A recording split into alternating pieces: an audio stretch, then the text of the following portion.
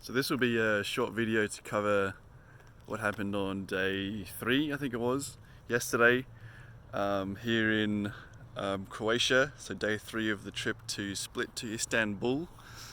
I'll just show you where I am at the moment. Behind me is a beautiful view of the ocean and some mountains. There's a mountain there. It's quite beautiful here in Croatia. The coastline is really stunning. It's been pretty incredible riding along the coast. Highly recommend it. Really glad I came here. And as I've been getting further from Split, there's been less and less tourists, which has been really nice as well. So the night before last, I did end up camping at that little campsite which I mentioned in the video.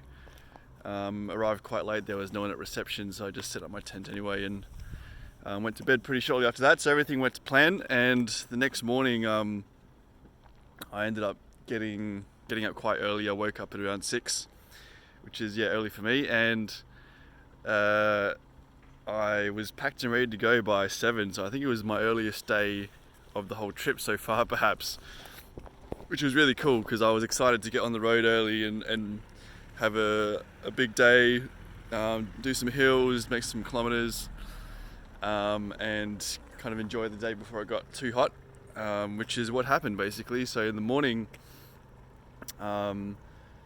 started off a bit different to how I expected, because I started off and I was looking at the map and there was like a little trail following the coast and then heading back to the main road, which is the path I was following. So I thought I would just follow the trail along the coast, and then the trail very quickly turned into rocks and then into like overgrown walking tracks. So I was like kind of ducking and weaving between blackberry bushes on this like very narrow single track for quite a bit. And this was at like 7 in the morning. I was still like kind of waking up and I hadn't had any coffee yet, so it was a bit of a challenge.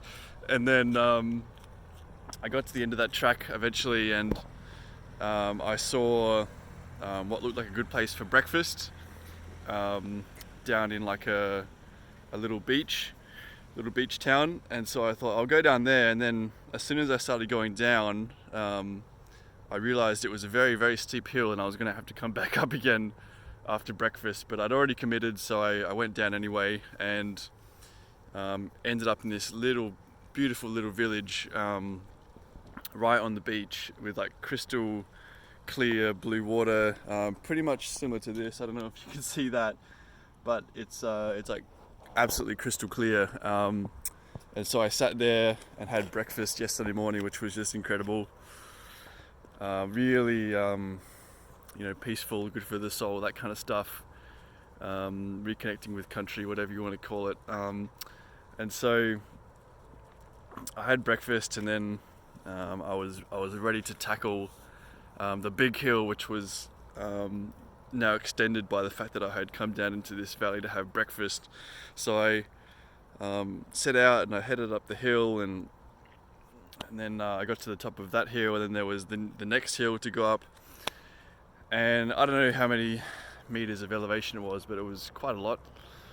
I want to say at least 500, and I got to, I was going up that hill, and then I kind of turned around a corner, and then I could see clearly the big mountain ranges of Croatia, and the coastline kind of sprawling out in front of me.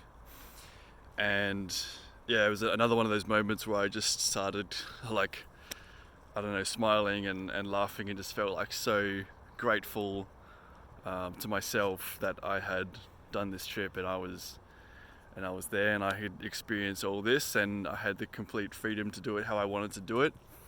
It was just one of those crazy kind of surreal moments.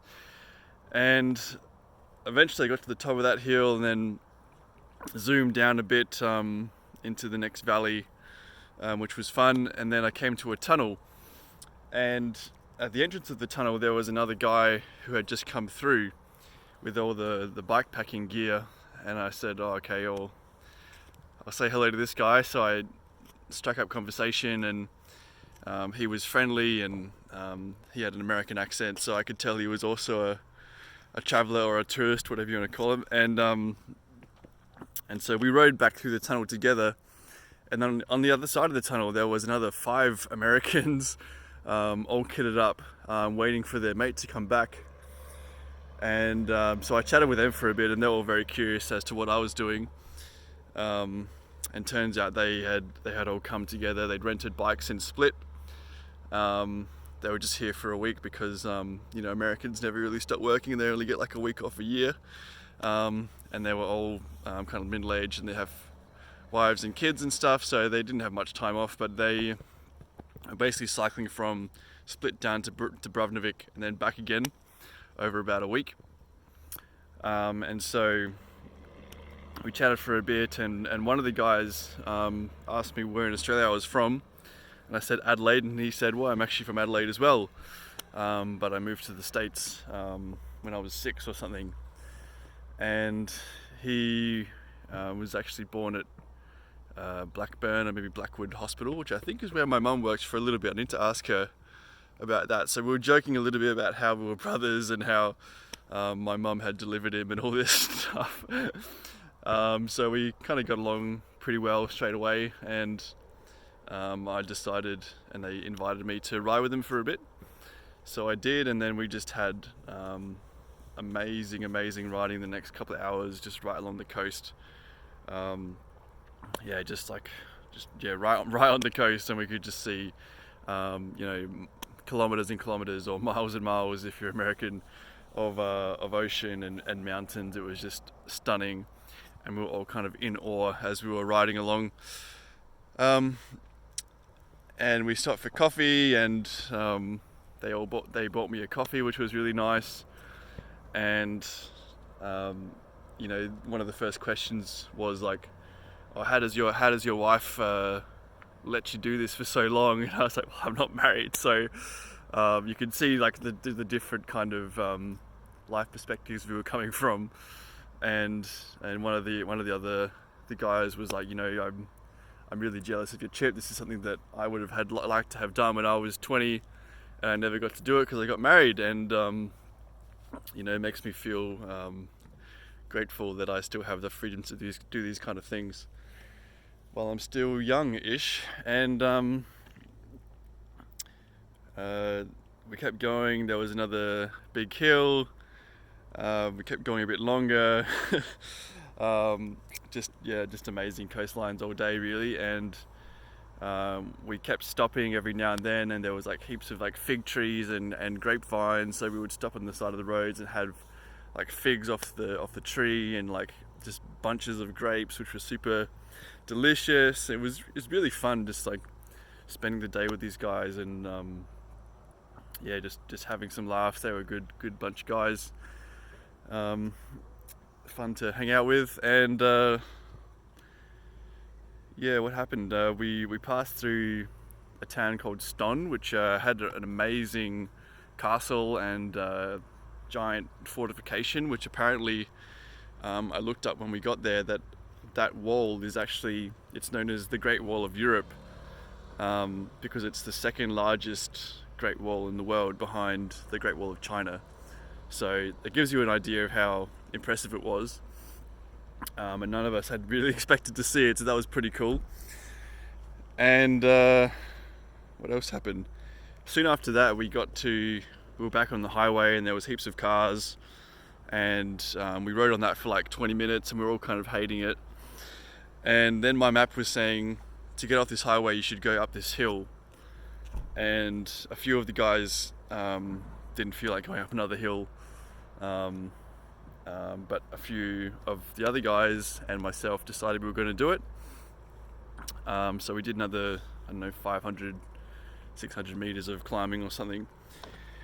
And it was such a good decision, because all the way up we again had these amazing views of the coastline, with like scattered islands, and it reminded me a lot of the Komodo National Park in Indonesia, actually, with all the different islands scattered around. It looked very similar to that, and fuck, it was so cool. And then another amazing descent down into the town of Slano, which is where I am now, and where I camped last night.